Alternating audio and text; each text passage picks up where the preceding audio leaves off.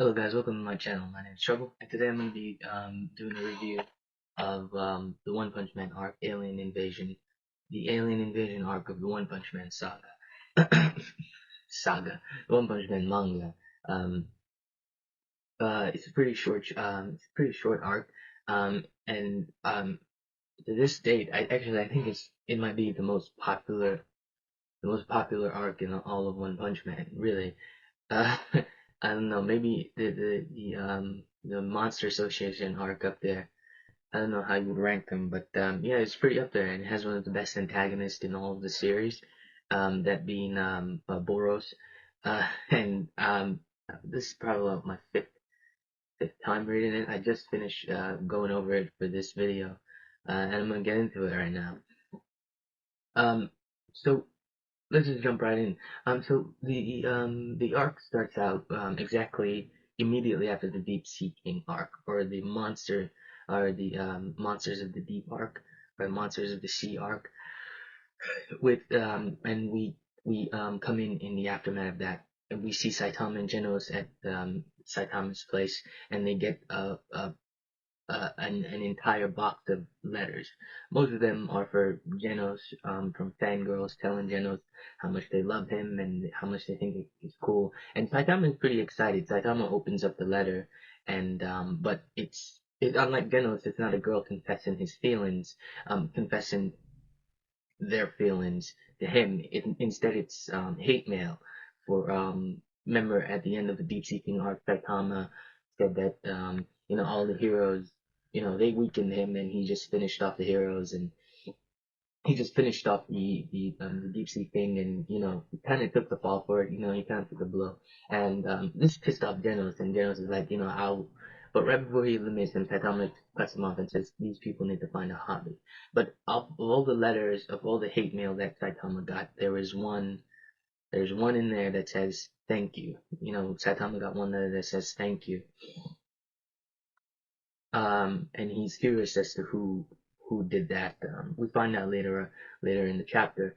Um, but anyway, he also got another letter calling him from the Hero Association that called him the Hero Association headquarters because Saitama, because of the Deep Sea King thing, he's now C class rank 1.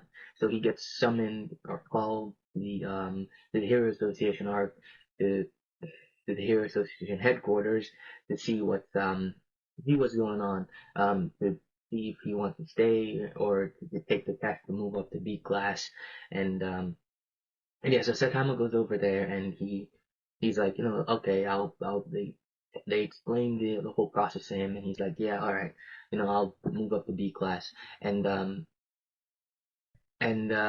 the Hero Association executives are talking about him, and they're wondering if he's fraud because there's a bunch of rumors going around that Saitama cheated because Saitama also has the highest score in the fitness exam. So there's rumors that he cheated, he bullied the other candidates to drop out, and there's a whole bunch of rumors, right, going on about him. And again, this is the second time we get Fubuki. We also get the image of Fubuki in the B class heroes and stuff like that. And throughout all of this,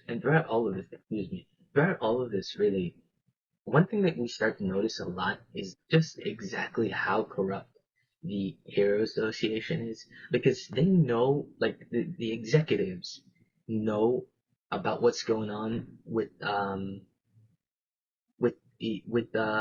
hero crushing and stuff like that, and they don't do anything about it. Like they don't put any laws or any rules because they know. Like we see them talking about it, and we see them specifically talking about Fubuki, and they know what Fubuki does. Like we all remember that scene with the freaking box cutter where she literally tried to kill Saitama with a box cutter, and they don't do anything about it at all. They literally they just sort of just take it and just don't do anything about it, right? Yeah. So Saitama takes the exam. He gets he's B class here now. He takes the exam, moves up to B class, and he starts to walk home. And while he's walking home, he comes across this I think it's like a street restaurant or like shit, I don't know what you would call it. Probably should look that up, but I didn't. let me check it out. He comes across this small restaurant, and he goes in because it smells good. And he goes in and he sees Moomin Rider. Um, Moomin Rider is there eating, and he says, and Moomin Rider starts to talk to him and says, he says, sometimes a letter isn't enough. And we learn that the letter that Saitama got that said thank you was from Moomin Rider. And Moomin Rider offers to buy him whatever he wants. And Saitama orders an Odin something. I don't remember exactly what it is. He orders an Odin bowl, and Moomin Rider buys it for him. But anyway, so that's the end of chapter third. No, that's a lie. Shit, I forgot. I think it's like chapter 34. Anyway, I just read it and I already forgot it. Anyway, so anyway, the next, we move on and we move on from there, and then we get into the end, to the very end of the Monsters of the Deep arc, where it's Lady with the prophecy from Lady Shibakawa. I'm sorry if I butchered her name. And and Saitama and Genos are at Silverfang's dojo. Silverfang invited both Genos and Saitama over because he said that he had something interesting he wanted to show them. But what he wanted to show them was just the water stream rock smashing fist, and try to get them to join his dojo. Saitama refuses, and Taranko steps up, and Taranko takes insult to this, and Genos in fact to pop off, and Genos puts that down really quick. And also, this is the first time in the story we get Garo. Apparently, Silverfang explained. Saitama asked him about the fact that he heard that there was a lot of strong people in his dojo. Silverfang explains that, yeah, but his greatest disciple would cripple them all, so they would never be able to use martial arts again. And then we get Garo's name. This is the first time Garo is appearing in that Garo is appears in the story. And but anyway, while they're at the dojo, a representative or a worker or associate of the Hero Association comes in and summons both Genos and Saitama to the Hero Association, because the Hero Association has something that they want to tell them. So they go over to the Hero Association, and the first hero we encounter was Atomic Samurai, and then we get introduced to Tatsumaki, and a little scuffle ensues between them where Tatsumaki's being a brat, and and Atomic Samurai brushes out Saitama, says that he only brushes elbow with the strong. He'll shake his hand when he comes up here, when he becomes an S-class hero. Anyway, so we get into the meeting of the S-class hero, and two S-class heroes were there, being S-class rank 1 Blast and S-class rank at the time. I'm pretty sure it's S-class rank 6, which was Metal Knight. Those are the two S-class heroes that didn't show up. And so Stitch gets into explaining what's going on, and he explains Shibakaya's prophecy. He explains the prophecy to them that the Earth is in danger, or the Earth is in trouble, and he explained that this is a big deal because none of her prophecies has ever once specified that the Earth was in trouble before, and this is serious. Child Emperor is not taking it serious, and which pisses Stitch off, and he explains how she died, and apparently how she died was that while she was reading the future, she started to cough, and then she took some cough drops and she poked on the cough drops and died. That's how she died. One Punch Man humor for you. But as he continued explaining the prophecy to them, the Hero Association headquarters gets attacked by Sky King and his minion. Let's see, it's Kite, Falcon, Hawk, and Eagle, right? And as the Sky King is attacking, a shadow falls over them, and all of them die. And then we get the reveal to see Boros' ship. the dark matter thieves attack the planet, and they fucking blasted, bruh. In a split second, they literally blast all of a city, obliterated, right? Just in a single bomb bombardment, blast the entire city. There were people living in that city. Like this is never addressed like in the manga. There were people in there. There was no way in hell that people survived that. Like it's never really something that came up. It seems like it's always when you read the manga, it's more portrayed like, oh, he destroyed an empty city, but no, there were people there. People were living there, and it's just like holy shit. Like, yeah. Anyway, so Saitama being a true hero, he immediately, leaves to go see what's going on, and all the other S-class heroes take their time reacting to it.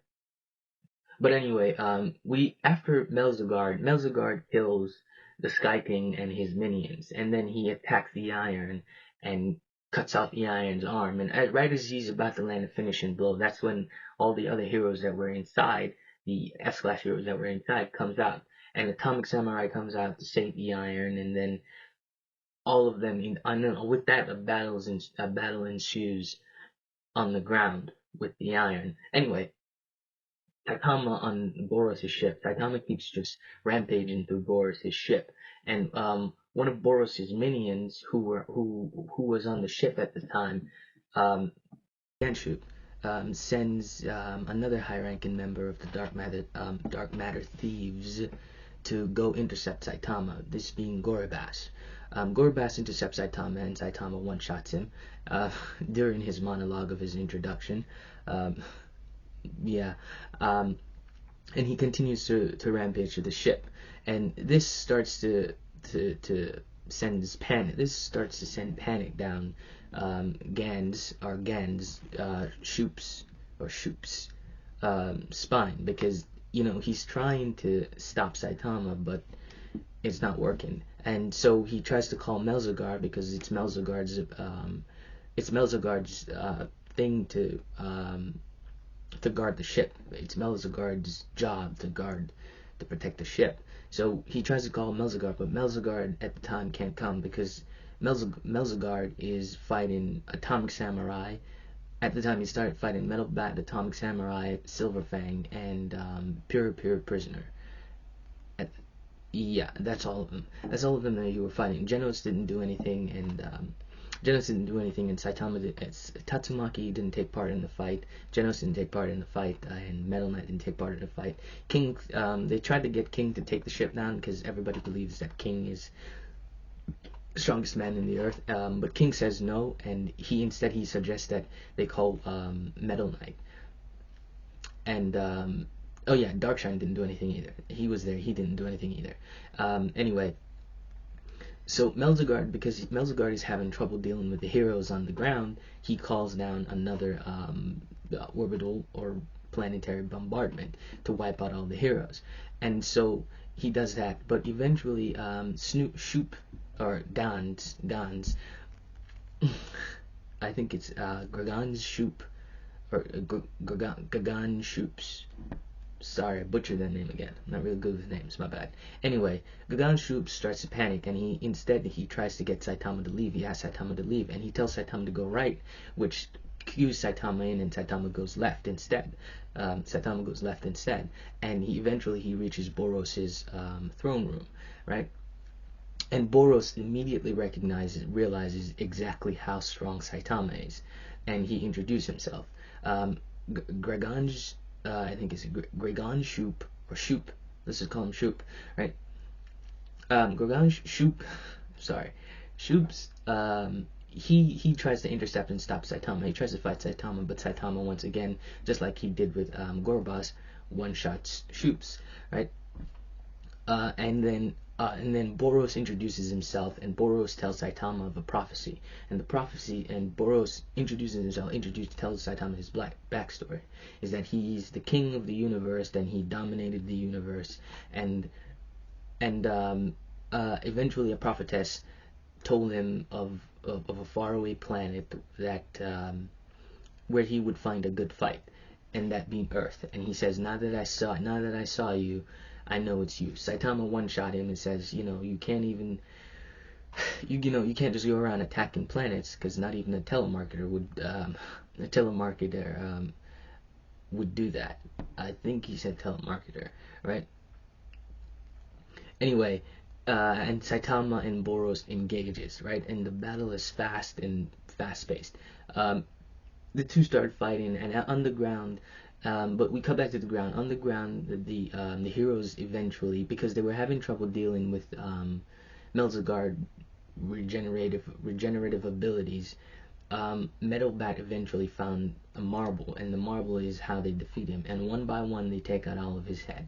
He hits Silver Fangs really hard. It sends him literally just ricocheting off of stuff. That's how freaking fast and hard he hit him. And after that, and then they slowly but surely they destroyed all of his head. The eventually the bombardment that he called in came in, and Tatsumaki just stops it and sends all of these shells flying back into the ship. And then all the other aliens on Boros' ship starts to panic, because they're realizing exactly how strong the heroes of Earth are. Anyway, Saitama and Boros keeps fighting, and Saitama pushes Boros to his absolute limit. Boros eventually takes out his final form and kicks Saitama to the moon. Saitama jumps back down, and which makes Boros attack Saitama even more and wanting to go all out. After realizing that nothing that he throws at Saitama, literally nothing that he does, is doing anything, Boros decides to use his final attack that will, in his own words, blow away the surface of the Earth.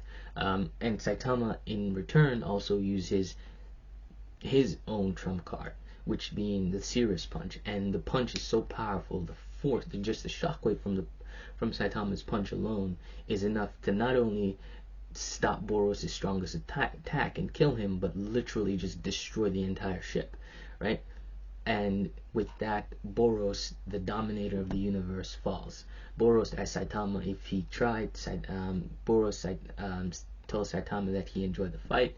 Saitama says yes, he did. But Boros calls him a liar, saying that he wasn't even trying and he didn't really do anything to him, right? And his last words were, "You're way too strong." Those were the last words he said to Saitama before Saitama walks off. The ship finally crashes down to Earth, right? And then that's when A-class hero rank 1, Maimas, shows up and chastises all the S-class heroes for the destruction of Sea City. And as he's chastising him, and a fight is about to break out between him and Metal Knight, that's when Metal Knight shows up to take the wreckage, which causes suspicion in Genos, because earlier Drive Knight told Genos that Metal Knight is his enemy and not to trust him, right? And Saitama breaks out of the thing, and an argument between him, Tatsumaki, and Genos breaks out. And Saitama sends Genos. Genos tries to attack Tatsumaki, and Tatsumaki basically slaps him into a wall, and then goes to attack Saitama. But before she can attack Saitama, Bang shows up and stops her, and then they all leave. Saitama goes home. And that's the end of it. So Metal Knight reconstructs A City, reconstructs the Hero Association, and A City was obliterated. It was a huge thing in the news for a couple of days, but then everybody forgets. But then everybody just sort of moves on from it, is essentially what we're told in the story.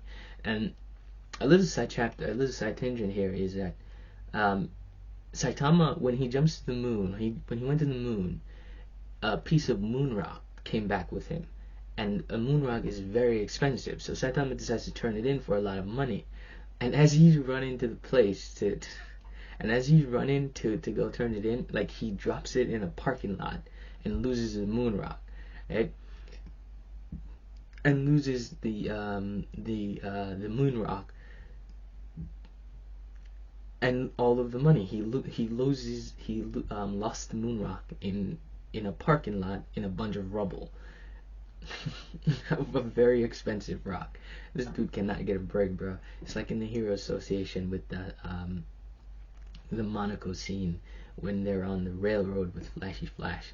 Yeah, but that's the Alien Invasion arc of One Punch Man.